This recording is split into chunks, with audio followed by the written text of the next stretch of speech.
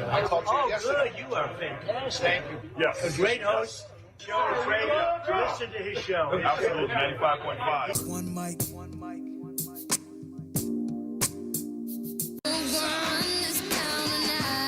Hey, Shelley Winter Show, live, local, topical, and relevant. Ladies and gentlemen, I did not want to start with this show, but I have to.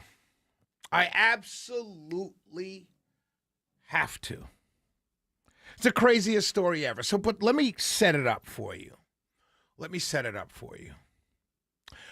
Years ago, I had spent, before I got into talk radio and got my big break on talk radio, my career, I've had like two careers. My career was in advertising. I started out out of college at one of the largest global advertising firms in the world, Young and Rubicam. I started out there as a media planner, right? And then I went into sales, went into radio sales. Did that for a number of years, then moved over to I went into magazine sales first, Ebony Magazine and Emerge Magazine, then went to radio. So I sold a little television, and that's what brought me down to Atlanta. Long story short, I had been in media sales. And so when I got down here, I had interviewed and gotten a job at a radio station. I won't say which one. And I started, first day, I interviewed with the owners and everything like that and got the job. So, hey, come in on Monday.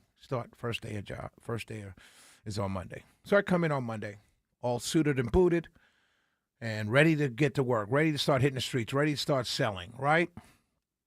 And I sat down with the local sales manager, right? And, we're sitting there chopping it up because I was hired by the owners and the bigger people.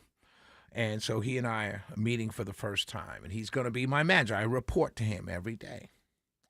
And I'll never forget, we're sitting there, and he's saying, so, tell me about your experience and all that. And I run it down. New York City, advertising, studied advertising in school at Syracuse, and worked at an advertising agency in New York, and sold for magazines and sold for radio stations and all the sales experience that I had coming from New York. And this is over years at the time. This is a number of years, maybe 10, 15, almost 20 years of hardcore advertising sales experience. And the other side of it, the planning side of it. So I knew, if you're in the business, Shelley's experience with talking to the agencies, because he worked at one, and talking to, small businesses and big corporations, everything in between. So I'm sitting there and I'm telling him, breaking this down. And then I said, so what about you? What about you? You're the manager here, and it's great stations. Got a lot of business, a lot of numbers, good numbers, and large audience. And what about you? What's your experience? So I'm thinking now in my head that this guy's going to run down, a tremendous amount of experience. Similar to mine, maybe more. But he's a fairly young guy, I can see. And he says, oh, I was the sales director for a gutter company.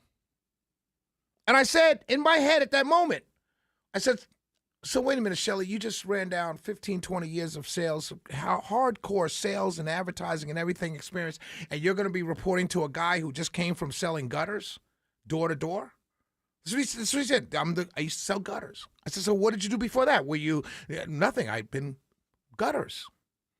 And I thought to myself, oh my God, I can't stay here much longer. This is my first day, literally. And that was, I start with that story because that's how I felt,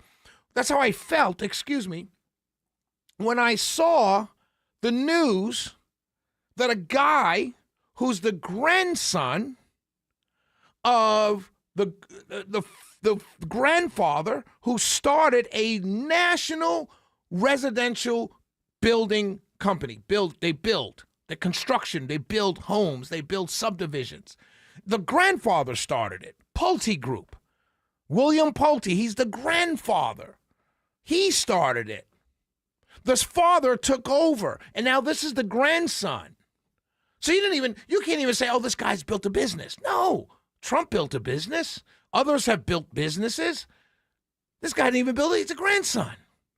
And I'm reading the news.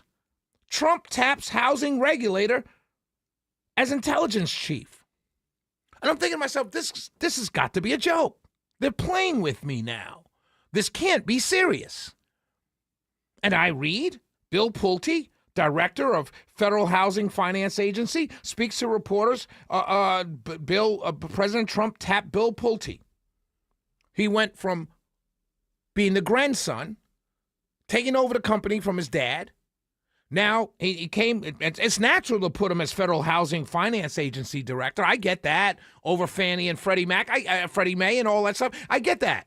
You're a builder. You're successful. The family business. You donated a lot. I'm okay with that. I never had a problem with him being in that area. I thought it was a little too close, kind of the situation of the fox guarding the hen house, but I was okay with it.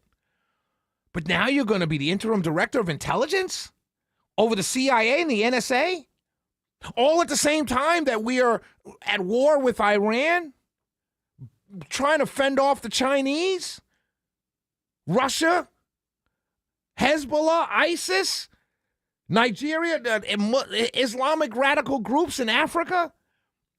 And you're going to put this guy as the interim director of intelligence? And I'm thinking to myself, wait a minute. At what point, Shelley Ward Winter, do you say enough is enough?